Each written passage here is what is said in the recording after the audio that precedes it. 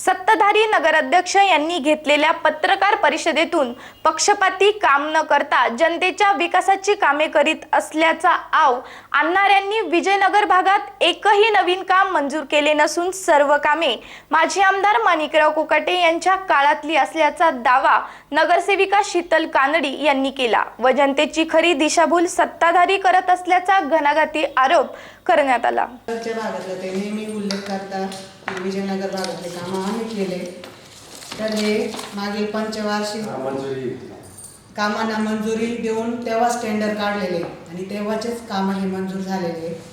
आता त्यांची सत्ता आल्यापासून ते आजपर्यंत त्यांनी एकही टेंडर काढलेलं नाही विजयनगर भागात। एक काम करा ना, आता जेवढे कामं चालू आहेत मागच्याच वेळच्या बॉडीचे मंजूर झालेले कामं तेच पूर्ण झालेले आहेत। या प्रसंगी माजी नगरसेवक किरण मुत्रक व विरोधी पक्षनेते नामदेव लोंढे यांनीही विविध मुद्द्यांवर हात घालत सत्ताधाऱ्यांवर टीकास्त्र सोडले।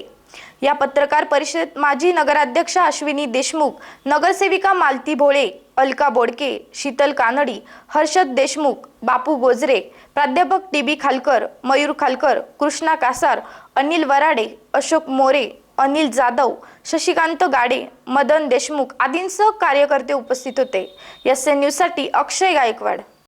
तर माझं असं म्हणणं आहे का ठीक आहे, मागच्या वॉर्डने केला असेल 5 मिनिटांमध्ये, परंतु हा इतिहास चालू कोणी केला?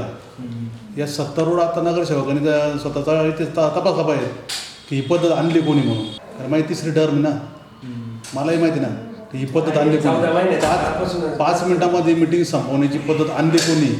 हे सत्तारूढ नगरसेवक। तुम्ही कुठे कमी आहे, कुठे जास्त आहे का तुम्ही केलं त्या संदर्भात त्यांनी त्यांचं हे दिलेलं पाहिजे होतं पूर्ण डिटेल्स। म्हणजे काम करायचं नाही आणि डायव्हर्ट करायचं लोकांना कुठेतरी वेगळ्याच मुद्द्यावर, हे चुकीचं आहे। प्रत्येक वैयक्तिक नगरसेवकांवर जर नगरपालिकेमध्ये आपण आरोप आणि प्रत्यारोप चालू केले तर हे 5 वर्ष आणि पुढचे 5 वर्ष किती दिवस तेच चालेल।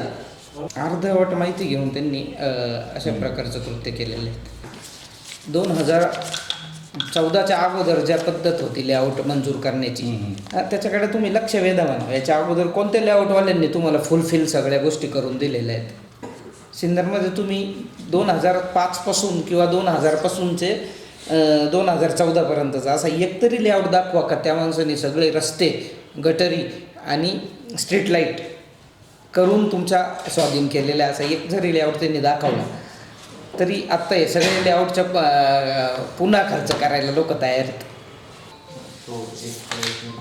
1 करोड रुपये निधी त्यांनी त्या भागाच्या विकासासाठी आणला, तर त्यांनी सांगितलं वैयक्तिक। मला सांगा वैयक्तिक कसं म्हणता येईल? तो आता त्यांच्या मालकीचा राहिला का? मालकीचा नाही ना तो, आता तो जो आता प्रभागातला एक भाग झाला, पहिली गोष्ट। दुसरी गोष्ट, तिथं कमीत कमी 150-200च्या पुढं रहिवाशी आहेत। किती 400-500 रहिवाशी आहे। त्यांचा कर किती येतो ते तपासा, नळपट्टी किती येते ते तपासा। त्यांना सुविधा देण्याची जबाबदारी नगरपालिकेची। त्याच्यात देशमुखांचा वैयक्तिक काय फायदा आहे पालिकेत? त्या संदर्भामध्ये तुम्ही फक्त माहिती घ्या का हे कामं कोणत्या तारखेला मंजूर झालेले आहे आणि याची ऑर्डर कधी झालेली।